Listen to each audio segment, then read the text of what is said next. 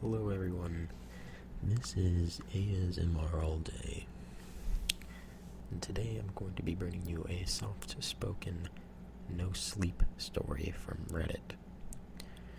And this is going to be a Christmas edition, and I will credit the author as well as put a link in the description below. The title of this story is "The Ribbon on My Wrist Says, Do Not Open Before Christmas." Christmas is tomorrow. For almost a year, I have endured stares from my friends, internal self-admonishment, and helpful suggestions. For almost a year, I have had people attempt to remove me from what is mine, through offhand remarks, through drunken frights over the true meaning of paranoia, and using the cover of care. But it is my secret, and my burden to bear. For almost a year, I have been barely living. On January 1st of this year, I woke up severely hungover, spitting ash and breathing out the remnants of the pack of cigarettes I inhaled the night before. Rolling over, I pushed my roommate, Mikey, off of my arm cum pillow, and raised myself up on my elbows to see that our apartment had just barely survived the bomb attack. At least, that's what it looked like. Trash everywhere, bare flesh mingling with half-worn clothes, flecks of puke decking the halls. It was a veritable Renaissance painting in degeneracy. Across the floor, there was a slew of bodies, a good mixture of friends, friends of friends, and utter strangers. Par the course for the 4 years Mikey and I had been living together. Halloween and New Year's were always our big party days. I got up slowly, my brain at sea and my stomach awash with gurgling notches. Pain throbbed from every corner of my body as I footed my way to the bathroom. It was like a scene from a typical college trash flick. Someone asleep in the bathtub, an underbrush of red Solo cups littering the floor. Even a nice splash of some dark, brackish liquid coating the side of the sink. Quaint, I thought. My stomach lurched. I'd have to nosh on something fried and greasy later. I'd probably send Mikey out. He owed me one after the incident with the toaster oven last night. I reached out to turn on the sink and stopped. On my wrist, a red ribbon was wrapped tightly, clinging to my skin. Weird, I thought.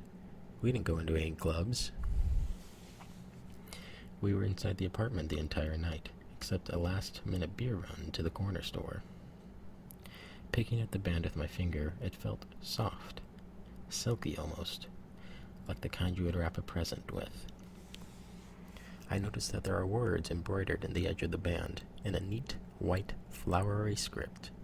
I brought it closer to my face and muttered them under my breath. Do not open before Christmas. I laughed. What the hell? The stranger in the tub stirred, shuffling against the stained porcelain, and turned over. Wading through the marsh of my memories from last night, I tried to remember where I might have gotten it.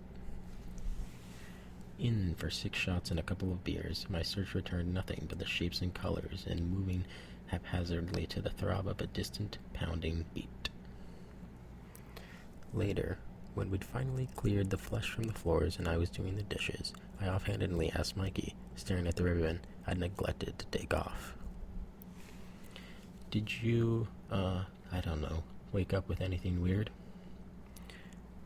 He looked at me from the couch where he was busy scrubbing some mysterious stain out of the seat. Nah, didn't score last night. I was confused for a second, and then laughed. No, I mean like this. I brought up my arm, showing him the ribbon. For a moment, he stared, and then a weird look crept onto his face. Yeah, actually. He brought up his right leg to the arm of the couch and rolled up the leg of his jeans. Got one on my ankle. Does it say something? Do not open before Christmas. We were both silent for a second, and then his face lit up.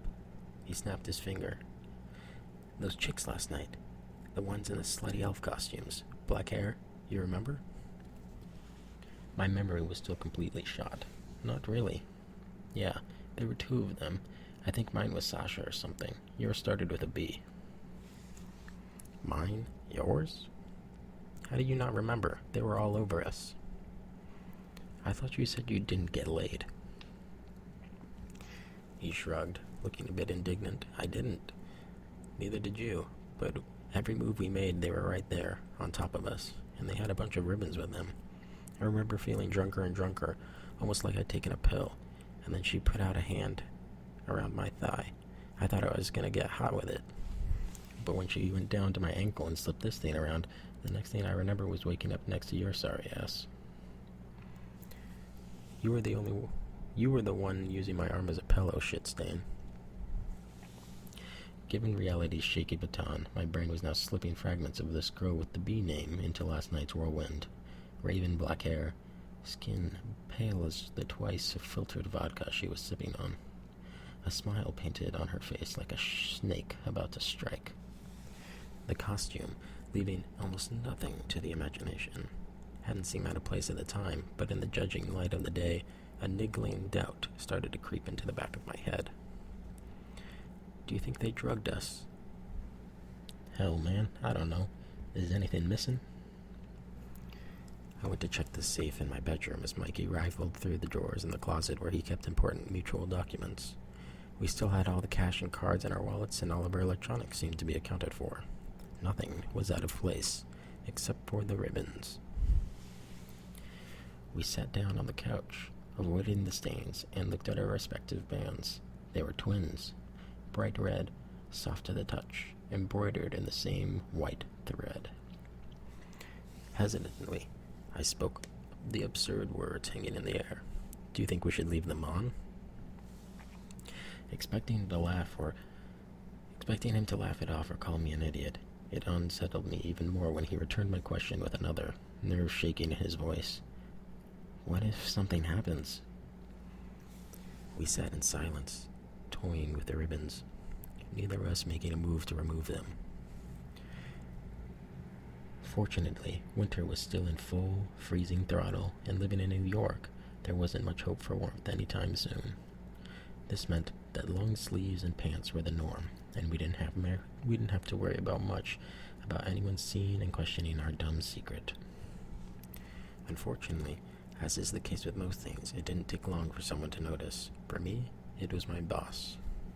I worked in sales, so even if it hadn't been cold as sin, I'd still be expected to wear long sleeve dress button-ups. In the bathroom, at the sink, I rolled up my sleeves, and he looked over and laughed.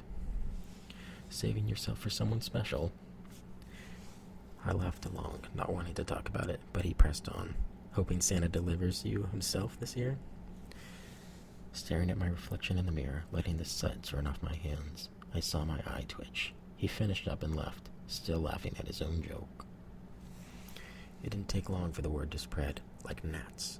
People and their comments surrounded my head, buzzing in one ear and out the other.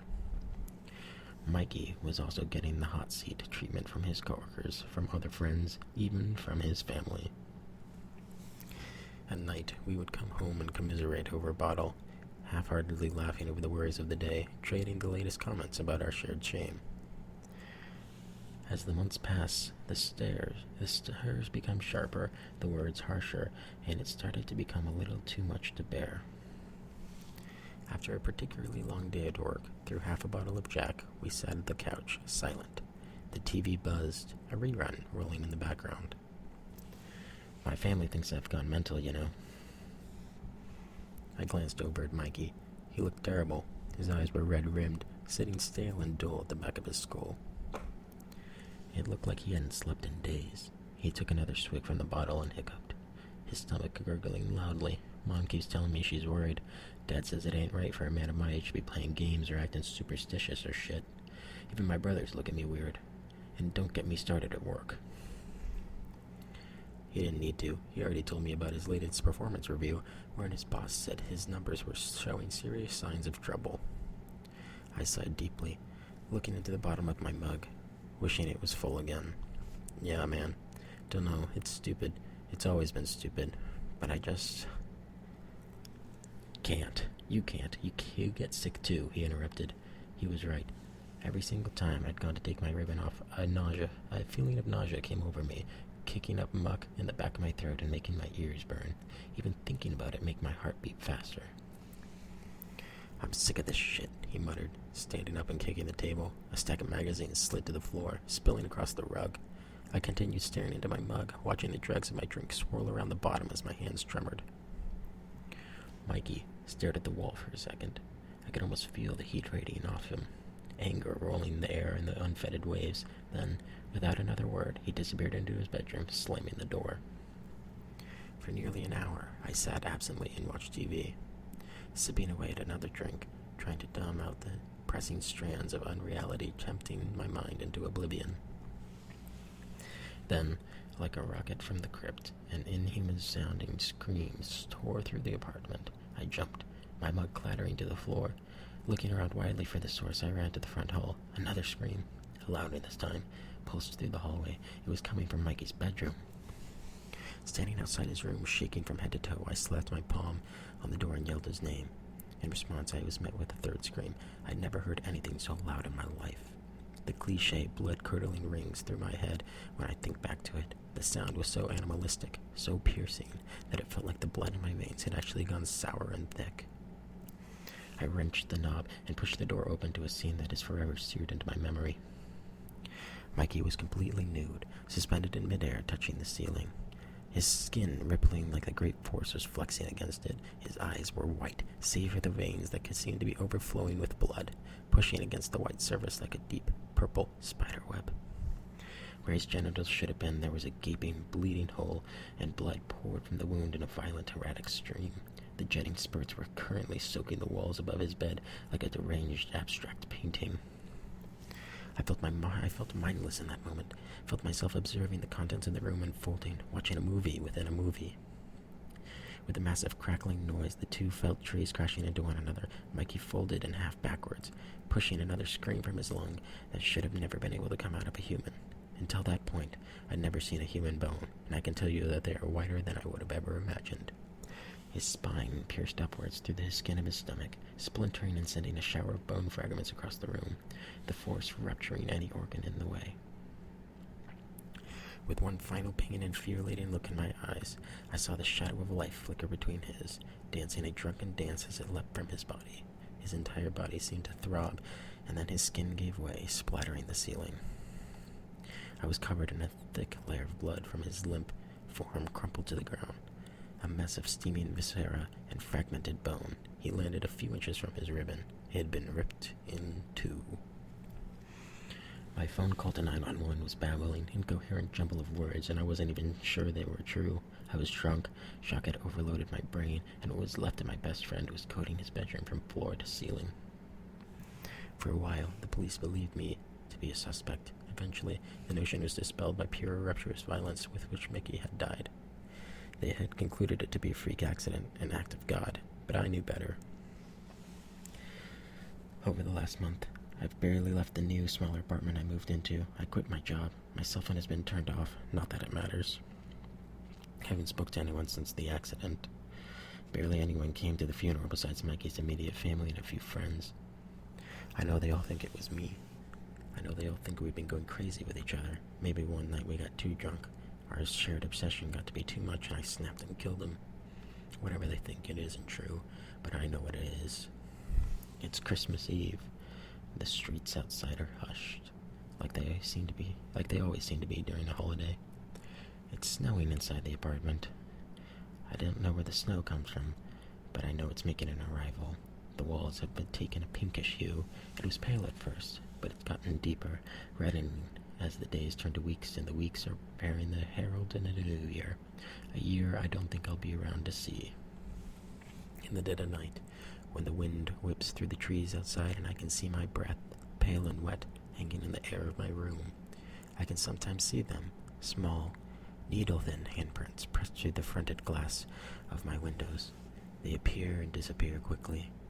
Something heavily knocks against the roof, making the icicles dangling from the ceiling quiver. 3 times, the knocks always arrive in threes. If I strain my ears hard enough, tense tensing over the thundering beat of my heart. I can hear a faint jingling riding the wind, like bells strung through the tips of feathered wings. Merry Christmas. I hope you all enjoyed that. I will put the link in the description if you want to read that again for yourself. If you'd like more creepypasta stories, even not Christmas ones, make sure you let me know. These are a proud creepypasta and NoSleep Reddits for some good stories. Let me know if my voice is too loud, if you'd like whispered ones. You let me know if there's a certain story you want me to read. Put the link in the comments, I'll check it out. Like, comment, and subscribe for more ASMR videos. Have a good day. And Merry Christmas.